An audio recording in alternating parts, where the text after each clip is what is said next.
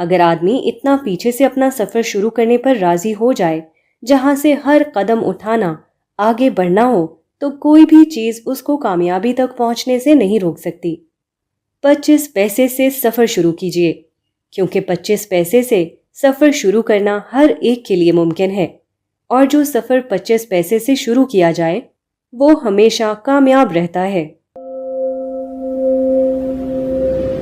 اپنا حصہ ادا کرنا پڑتا ہے۔